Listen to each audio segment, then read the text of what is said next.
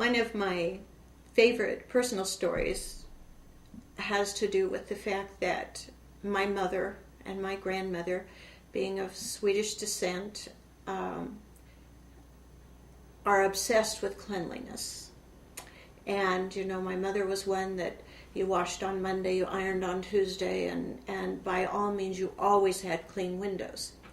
And so with that in mind, when I was a little girl, about 3 years old, my dad was the lucky recipient of a lottery ticket when he came back from World War II. And the winners got to have a homestead in Wyoming, up between Powell and Cody.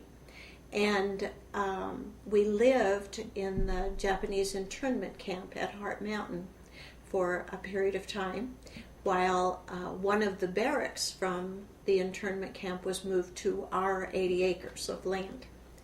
And I remember, even at 3 years old, that the floorboards in that barracks were so rough and splintery that you had to be careful when you walked across them barefoot.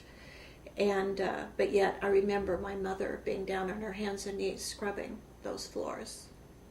And the wind would blow, of course, and the windows weren't very tight. And again, I remember my mom hanging up wet towels to try and stop the dust. And so we had to live on the homestead for a period of time to prove up on our claim.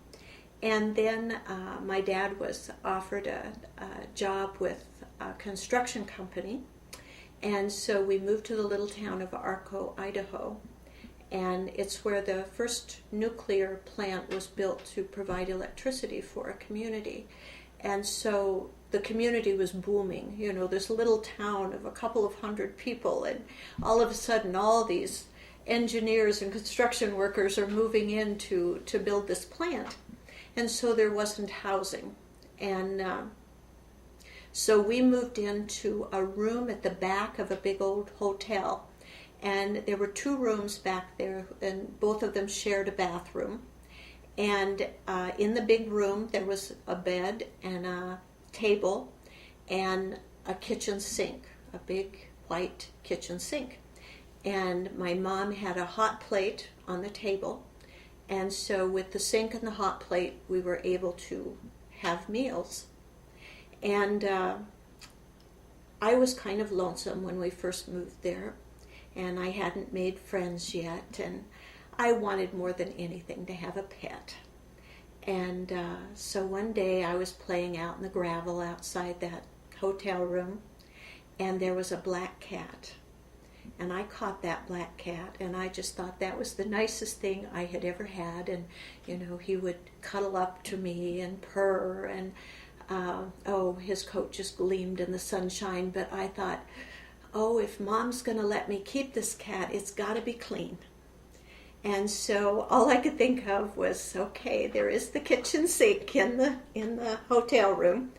And so I managed to get the cat inside, and managed to find the Richard Hudnut shampoo that my mom had bought for us. And I got the shampoo on the cat, and then I turned the water on. And of course you can only imagine what happened. The cat leapt out of the sink, and water and black cat hair were everywhere. And of course about that time Mom comes in. And I don't know which expression I will remember the most. Whether it was my mom's face when she walked in and saw that cat dashing off of the kitchen, out of the kitchen sink, and suds and hair going everywhere, or if it was my mom's face when she threw the cat outside. But that's a story about cleanliness I'll always remember, and it was the last time I ever tried to give a cat a bath.